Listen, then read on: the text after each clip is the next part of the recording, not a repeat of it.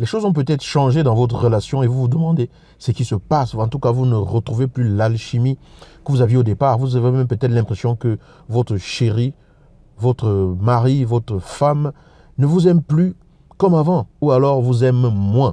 Et si vous vous rendez compte de cela, si vous avez l'impression de cela, si vous vous posez toutes ces questions, c'est que ça veut dire qu'il y a certainement quelque chose de différent, qu'il y a quelque chose d'inhabituel. Je parle de ça dans cette vidéo. Je vous donne juste deux pistes peut-être pour voir comment est-ce que vous pourriez analyser cela et ce que vous pourriez en tirer.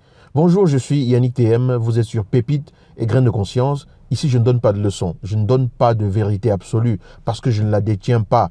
Je partage des graines, je partage des pépites. À vous de voir si elles trouvent un terrain favorable dans votre vie et si elles peuvent germer et produire ce que vous recherchez. Nous sommes des semeurs et des semeuses, pas des donneurs de leçons. Voilà. Peut-être que vous avez l'impression que votre mari vous aime moins ou que votre femme d'ailleurs vous aime moins. En tout cas, de votre ressenti, il y a quelque chose de différent dans votre relation par rapport à ce que c'était au départ ou alors par rapport à ce que c'était jusqu'à il y a un certain temps.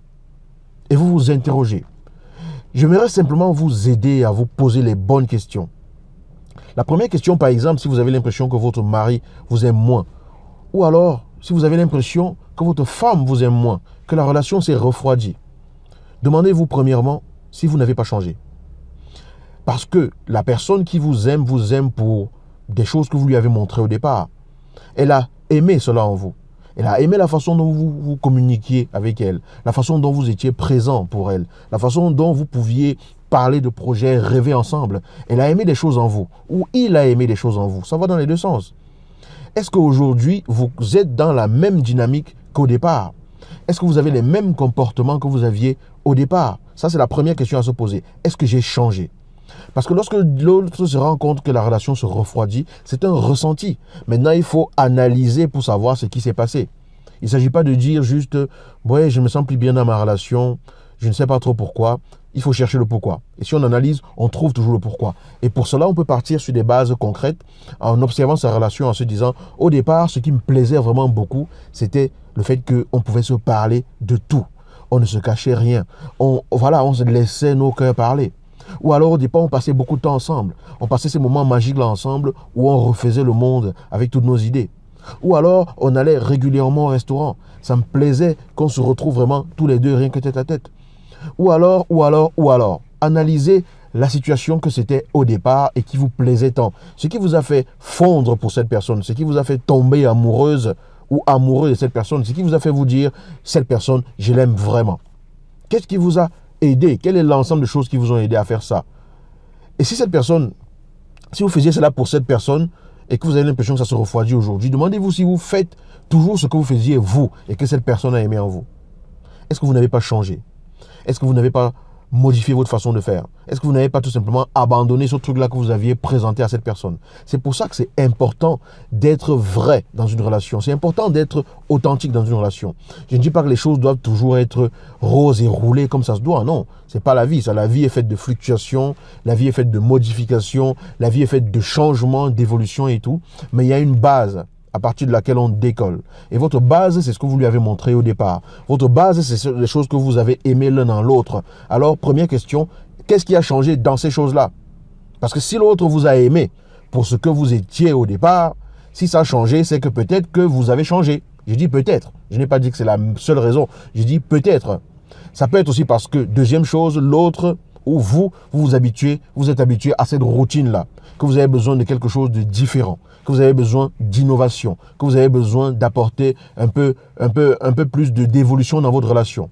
Si les bases sont toujours les mêmes et que vous vous en êtes lassé et que vous avez l'impression qu'il faudrait peut-être quelque chose de plus pour vous rapprocher, pour vous renforcer et tout, ça veut dire que c'est bien. Vous n'avez pas cessé d'aimer cette personne. Vous avez simplement besoin que votre relation évolue et passe à un autre niveau. Alors à ce moment-là, au lieu de reprocher à l'autre de ne pas être ce que vous voulez qu'il soit, alors que l'autre n'a pas foncièrement changé et a continué sur la lancée qui vous a plu au départ, proposez plutôt ce que vous pensez qu'il faudrait faire pour améliorer les choses ou alors pour amener les choses à un autre niveau. Critiquer, c'est bien. Sermonner l'autre, c'est bien. Lui en vouloir, c'est bien. Lancer des attaques, c'est très intéressant. C'est même très facile de faire ça. Mais la chose la plus difficile, c'est de retrousser ses manches et de travailler sur soi. Alors, Je propose à l'autre ce que je pense qu'il y a de meilleur pour notre relation. Je ne lui demande pas de le faire, je ne lui demande pas de l'être. Je le suis, je le deviens et je lui montre comment on fait. Avec empathie, avec présence, avec bienveillance, parce que je l'aime. Voilà. Si je me base sur ces deux éléments-là, ça peut régler déjà une bonne partie des tensions, des vides, des froids qui peuvent se créer dans les relations.